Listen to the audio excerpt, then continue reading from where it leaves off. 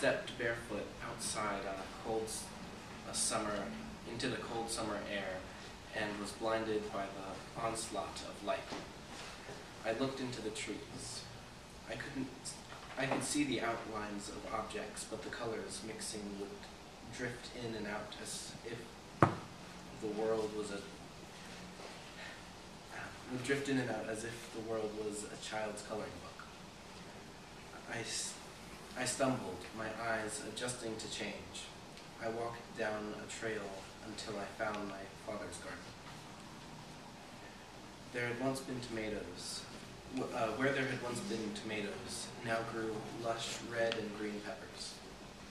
There were a number of different types of plants there, and among the abundance were bell peppers. I looked at one green pepper.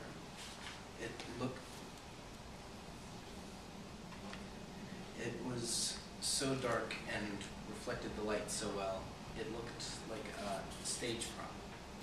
My eyes fell onto a small red pepper. I'd never seen this one before.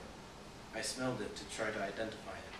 It smelled sweet, a bell pepper, still small. I picked it, cleaned it, and kept walking. The path I walked on had not been walked on in years, made up more from memory than anything else. The first leg of the path was overgrown by thorns and vines. It was flooded regularly in the summertime, so the soil had lots of plants that either grew too fast or were there to stay. There were lots of thorn bushes. However, if you had a little finesse, one could easily avoid the prickly puncture wounds. As I walked up the creek, I remembered a time years ago when my brother and I had crossed it. We found a large section in the woods where long vines had grown down, covering the trees.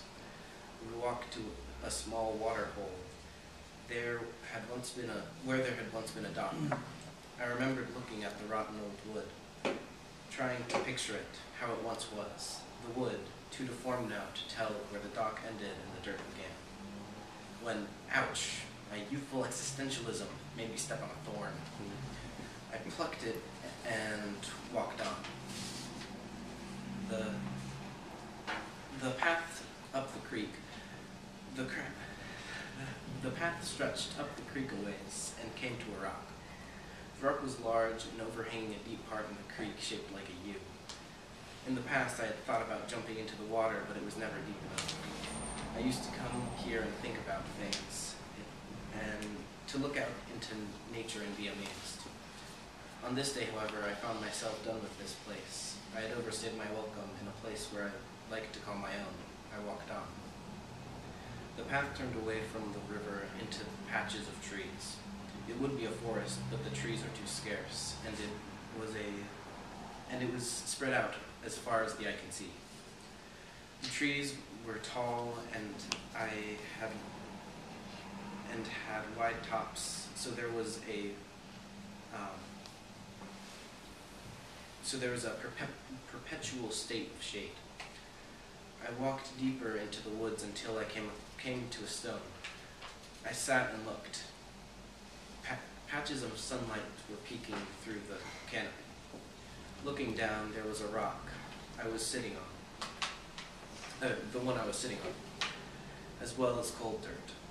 I also saw in my hands, one open, one holding the pepper. It had become warm from holding my hands. I assumed it was not fully ripe, so I prepared for something not pleasant. I sank my teeth into the sweet deliciousness that I had been craving. I had eaten bell peppers before, so I knew that there was a small ball of seeds at the top. The sweetness of the pepper stimulated each individual taste bud. I placed the rest of it in my mouth, my teeth hitting seeds. I could only think one thing: trouble. This was no bell pepper. This was a ball of hellfire trapped inside. I ejected the crushed, seedy red goo from my mouth at once.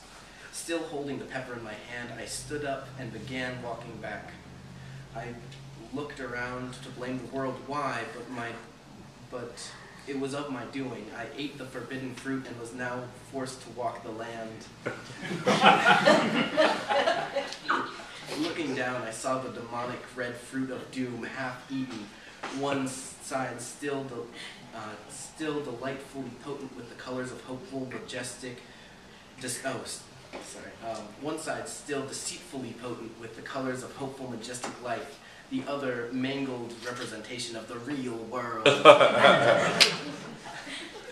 Without thinking twice, I threw it as hard as I possibly could, as if this would take away the pain.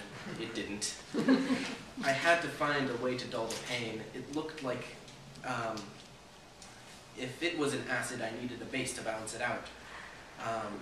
I dropped to my knees and stuck my hands in the soft, cold dirt. Without thinking, my primal brain kicking in, I bring one of my hands to my mouth. Then I see that I'm about to eat a handful of dirt. Now my nerd brain kind of starts kicking in, and then I try to think of the next best thing, preferably dairy, which is one of the most effective ways of curing the plague of spicy. I knew there was a mini fridge in this sub-basement with cold, refreshing, bubbly water. This became my quest. The next thing I knew, I was at the river again, standing at the rock. I thought about jumping in the water, but it wasn't deep enough.